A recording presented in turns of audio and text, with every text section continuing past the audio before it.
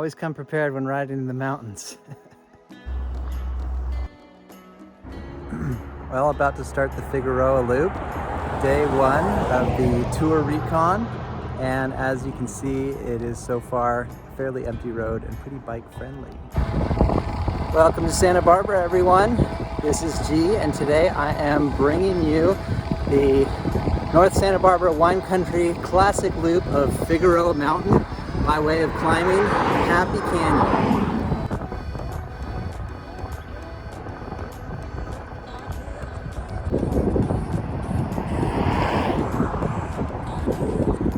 Right on, so I'm on Baseline Road, which I believe merges right into Happy Canyon, which is essentially the backside of Figueroa. I mean, it technically is. And people would just call it Figueroa if they're local, but Happy Canyon has a nice ring to it. And I'm happy today for a bunch of reasons. A, I'm on my bike, I'm on a little work vacay trip, have more time than usual to ride each day. The weather's good, and most importantly, I skipped a long stretch of the main road, which last time I did this loop, I did not know about taking Baseline.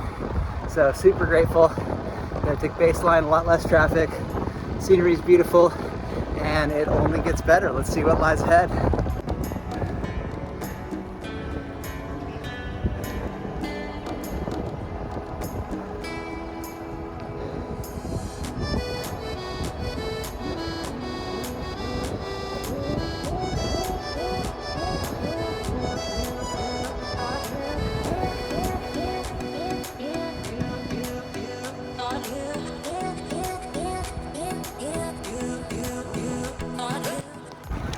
Officially on Happy Canyon now. Scenery is gorgeous, 360 degrees. The road just turned into more of a chip and seal and it's a little bumpier. And I think it's going to get smaller and more remote, but still very nice. It's been flat so far. Now I'm getting kind of a rolling section, and I'm pretty sure the 10% grades are going to start pretty quickly. But this is the longer and less steep side of Fig, so it shouldn't be too bad a day.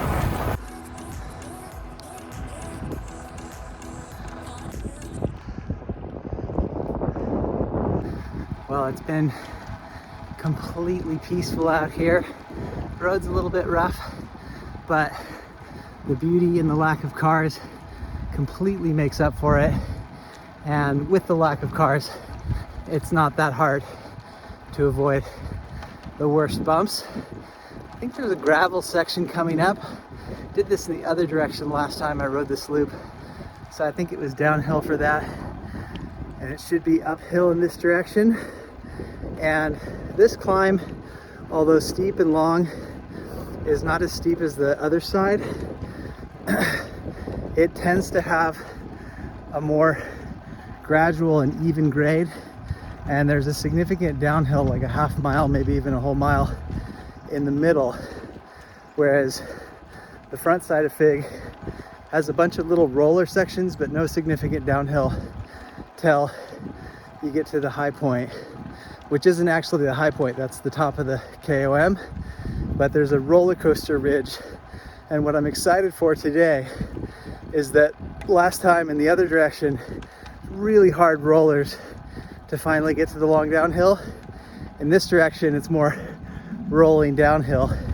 And either way, it's super beautiful up there. So it'll be like a blink of an eye for you. And for me, it should be about an hour climbing.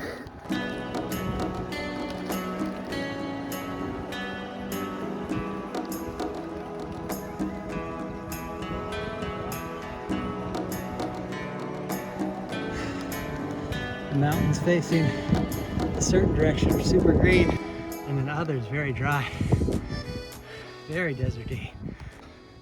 It's a pretty hard pack. And here we are on the gravel. A few ruts, but not a lot of loose gravel, so good traction on the back wheel. Nothing to complain about. Certainly not the scenery. Jesus. These mountains are amazing. So we did the gravel, and that wasn't that bad. It was definitely really smooth at first and had kind of a chunky middle section, but all very rideable if you weren't pushing it too much. And as you can see, it's incredibly green behind me.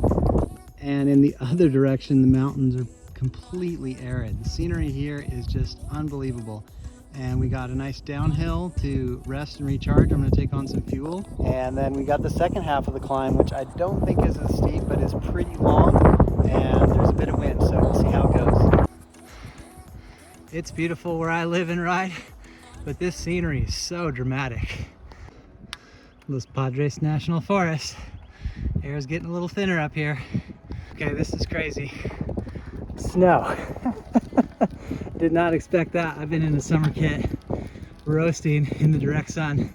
The shade in the canyons definitely are cool, and I can't believe there's snow. It's been super dry in California the past month or so. I think it may have rained one of these nights, and it has been colder than usual, so it makes sense, but this is a very pleasant surprise. And here's more snow, folks. This road has kind of a tire line of rocks in the middle and gets really small at the top. One of the reasons why I thought it'd be nicer to climb. If you know the downhill really well, it's not so bad, but the scenery also is beautiful for climbing. These mountains are intense. Almost at the top. Snowpack's deeper. All right, so now we're in a fir forest. We're starting the downhill. There's legit snow on the road. I haven't iced up enough yet to need my jacket, but I think I'll probably put it on now that I've stopped. But I had to show you this. This fir forest up here is one of my favorite forests in all of Southern California. It's just straight out of Colorado. Unbelievable. The ride's so arid. There's a lot of pine, but then suddenly like just mountain magic. Can't believe it. Always come prepared when riding in the mountains. All right, so on a nice little hairpin halfway down the Figueroa descent. This side is very beautiful too. It's a great way to climb either way.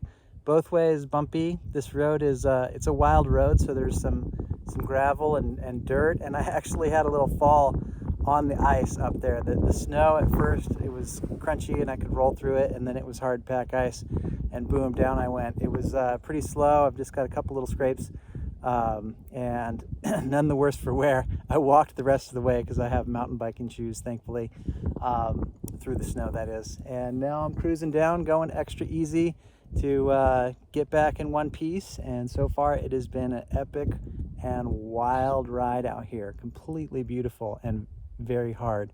Totally worth it though. And that's a good ride. You got a little bit of salt on your helmet straps.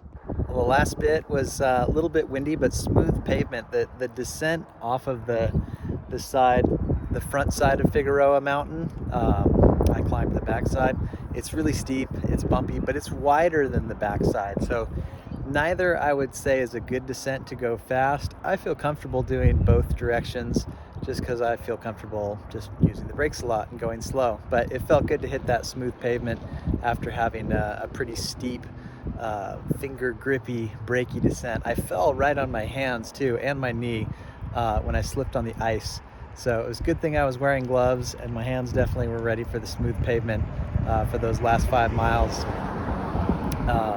As I rolled into Los Olivos. Got a little bit of cuts on my knee. Hopefully it will loosen up. I'm gonna stretch and do a stream of class tomorrow. And I will do my best to keep getting in the miles on this weekend while I can. Comes with the territory.